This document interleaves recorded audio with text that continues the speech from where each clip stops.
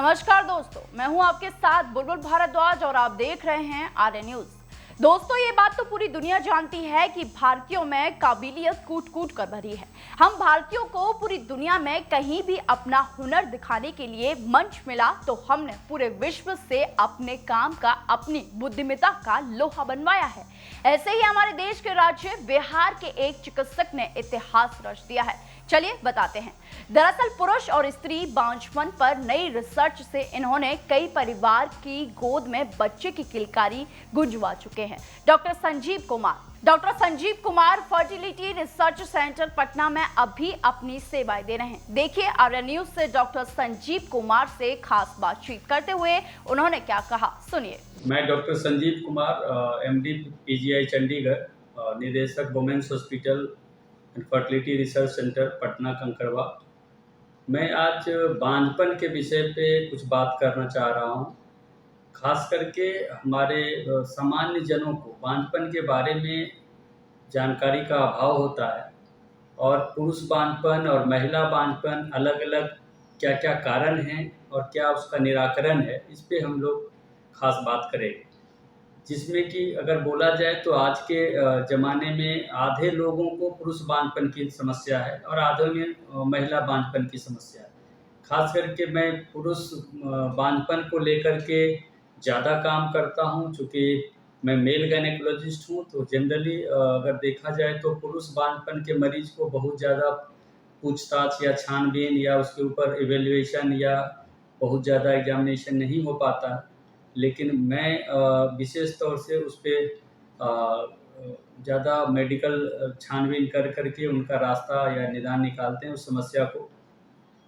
तो पुरुष बांझपन पे अगर हम बात करें तो आज के जीवन पद्धति को लेकर के जो लाइफस्टाइल है, जो नशा और एडिक्शन का तरह-तरह का रूप है और जो टेंशन है, स्ट्रेस है, चाहे उनके दफ्तर में हो, चाहे उनके जो भी कार्य प्रणाली है उसको लेकर के हो, और वातावरण के बहुत तरह के पॉल्यूशंस, चाहे एयर पॉल्यूशन हो, चाहे वाटर पॉल्यूशन हो, या खाने-पीने की जो सामग्री है उसका पॉल्यूशन हो, या प्रिजर्वेटिव्स जो डिफरेंट टाइप की सामानों में आजकल रेडीमेड खाने का प्रचलन बढ़ते जा रहा है। तो वो सारे चीज़ किसी न किसी तरह के कीटनाशक हैं उसमें, जो उनको सड़ने गलने से बचाते हैं, प्रिजर्व करते हैं और हमारे शरीर को उतना ही नुकसान करते हैं।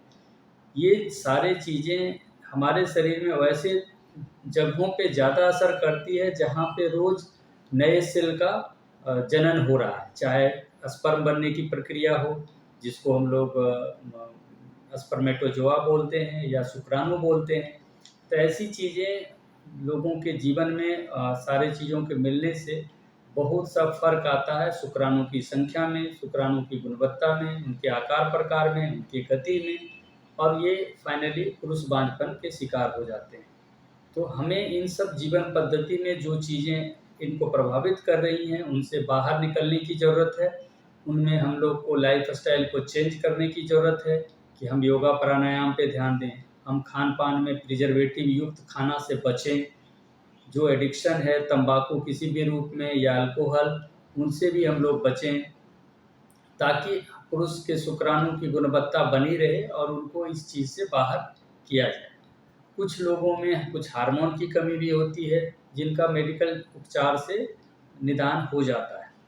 अगर हम बात करें अब महिला बांझपन को लेकर के, तो उसमें बहुत सारी ऐसी समस्याएं हैं, खास करके इन्फेक्शन संबंधी किया, जैसे आज भी इंडिया में जेनाइटल ट्यूबरकुलोसिस बहुत ही ज़्यादा है, जो लोगों के बच्चेदानी, अंडेदानी या ट्यूब पे बहुत बुरा असर डालती है। कई बार उसकी वजह से ट्यूब की बंदी हो जाती है। तो इसमें हम लोग ट्यूब की बंदी को खोलते हैं, या अंडेदानी में अंडा बनने का दोष है जिसको हम लोग एक पॉलीसिस्टिक ओवरी बीमारी बोलते हैं। तो ऐसे लोगों को कुछ दवाइयाँ, लाइफस्टाइल मॉडिफिकेशन या ओवेरियन ड्रिलिंग करके उस बीमारी से बाहर लाया जाता है। लेकिन बहुत सारे लोग ऐसे हैं जिनका एक बच्चेदानी के एक्सरे में ट्यूब की बंदी बताई जाती है, उनको अत्याधुनिक दूरबीन सर्जरी से हम लोग ट्यूब को खोलते हैं। तो अगर जिन लोगों का ट्यूब खुल गया, अगर 100 लोगों का ट्यूब की बंदी हो और हम लोग खोलने का प्रयास करें, तो उसमें कम से कम 70 लोगों का ट्यूब खुल जाता है। तो ऐसे लोगों को टेस्ट ट्यूब बेबी या आईवीएफ जैसे महंगे इलाज की ज़रूरत नहीं पड़ती है।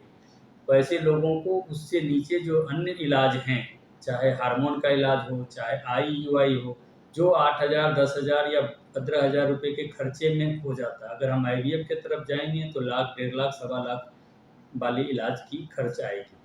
तो ये करेक्टिव सर्जरी या इसको हम लोग आजकल फर्टिलिटी इन्हांसिंग सर्जरी बोलते हैं, जिसको gynae endoscopy, hysteroscopy as well as laparoscopy कहते हैं। कई जगहों पे ये सर्जरी की आवश्यकता ऐसे भी होती है, अगर बच्चेदानी के अंदर कोई गांठ है तो उसे जब हम दूरबीन से अलग करते हैं तब वो बच्चेदानी बच्चा लेने के लिए उपयुक्त बन पाता है। तो उसकी ज़रूरत उन लोगों को भी है जहाँ की ट्यूबबंदी सारे इलाज के बाद नहीं खुली और आईवीएफ ही एकमात्र रास्ता है, तब भी उसे बच्चेदानी में कोई गांठ है तो उसे ऑपरेशन करके हटाने के बिना हम लोग नहीं कर सकते हैं आगे का इलाज। तो ये गायनी एंडोस्कोपी एक बहुत ही मॉडर्न इरा का ज़रूरतमंद चीज़ है। और आज अगर हम देखें बिहार के परिप्रेक्ष्य में तो अभी भी हम लोग का मेडिकल सिस्टम बहुत पीछे चल रहा है। बिहार, झारखंड में इस तरह की ट्रेनिंग की व्यवस्था नहीं है। अभी हम लोग इस दिशा में एक सार्थक प्रयास करे हैं, जिसमें बिहार के डॉक्टर, झारखंड के डॉक्टर, कुछ नेपाल से भी लोग आके ट्रेनिंग ले रहे हैं। और हम लोग चाहते हैं कि हर जिला स्तर के जगहों पे जो लोग प्रैक्टिस कर रहे हैं वहाँ भी ये उपचार उपलब्ध हो, ताकि आंधे-मूंधे लोगों को आईवीएफ की तरफ जाने से रोका जा सके।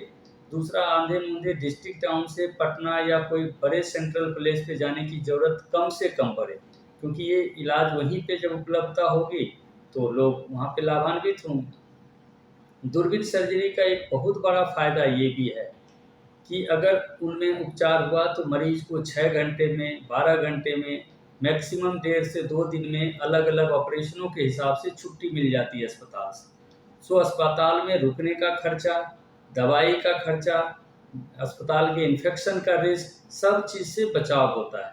मरीज के पेट में मामूली पतला सा छेद करके अगर उसको कहिए तो अग्नि कलम जो है, अग्नि पेन के साइज़ का छेद से इंस्ट्रूमेंट जाता है और सारा ऑपरेशन होता है, तो मरीज की रिकवरी बहुत ही फास्ट होती है। पोस्ट ऑफ पेन भी काफ़ी कम होता है। तो ये बहुत ही उपयोगी चीज़ है, जिसको हम लोग गायनी एंडोस्कोपी, हिस्टेरोस्कोपी या लेप्रोस्कोपी कहते हैं। एक ज़माना था कि लोग इसको लैप एंड डाई करके बोला करते थे, जिसमें कि नीचे बच्चेदानी में हिस्टेरोस्कोपी नहीं होती थी, बच्चेदानी के अंदर दूरबीन नहीं होता था, सिर्फ डाई डाला जाता था और पेट में दूरबीन डाल करके इसको देखा जाता था। लेकिन ये बहुत आउटडेटेड चीज़ है। जब बिगिनिंग में शुरू हुआ गायनी एंडोस्कोपी तब इसका प्रचलन था, लेकिन अभी भी हम लोग बिहार में देखते हैं कि बहुत सारे डॉक्टर इसको प्रैक्टिस में यूज़ कर रहे हैं या इस मिसनोवर वर्ड को कैरी फॉरवर्ड कर रहे हैं, जिसकी ज़रूरत नहीं है। जब भी किसी का दूरबीन हो तो उसकी गायनी फर्टिलिटी के लिए दूरबीन हो रही है तो हिस्टेरोस्कोपी होना ही होना चाहिए। लैप एंड डाई उसका सरल और सही इलाज नहीं है। उसका इलाज है डायग्नोस्टिक हिस्टेरोलैप या ऑपरेटिव हिस्टेरोलेप्रोस्कोपी, ना कि लैप एंड डाई। तो एक इस चीज़ के बारे में भी लोगों को जागरूक होना चाहिए कि जब भी कोई डॉक्टर सलाह दें कि भाई हम आपके लिए दूरबीन का ऑपरेशन करेंगे बांझपन के ट्रीटमेंट के तौर पे, तो उनको सिर्फ लेप्रोस्कोपी ना कराएं, उसमें हिस्टेरोस्कोपी भी अवश्य हो, ये ध्यान रखना चाहिए। और डॉक्टर भी ऐसा प्रयास करेंगे अगर इस चीज़ के बारे में जानकारी देंगे तो। इस तरह से हम लोग चाहते हैं कि एक स्त्री और पुरुष बांझपन को लेकर लोगों के बीच जागरूकता हो। जब भी ऐसा लगे कि शादी हुई और बच्चे के लिए आप प्रयास कर रहे हैं और 1 साल तक आपको बच्चा नहीं आ रहा है, तो जो भी निकटवर्ती बांझपन रोग विशेषज्ञ, चूँकि आप आज के ज़माने में जब तक उसके स्पेशलिस्ट और सुपर स्पेशलिस्ट से ना मिलेंगी तो ये इलाज थोड़ा-सा मुश्किल हो जाएगा। आसान करने के लिए उसके विशेष जानकार से संपर्क करें और हम लोग इसकी जागरूकता को फैला भी रहे हैं, चिकित्सकों को ट्रेन भी कर रहे हैं और ये जन-जन तक इस मुहिम को ले जा रहे हैं।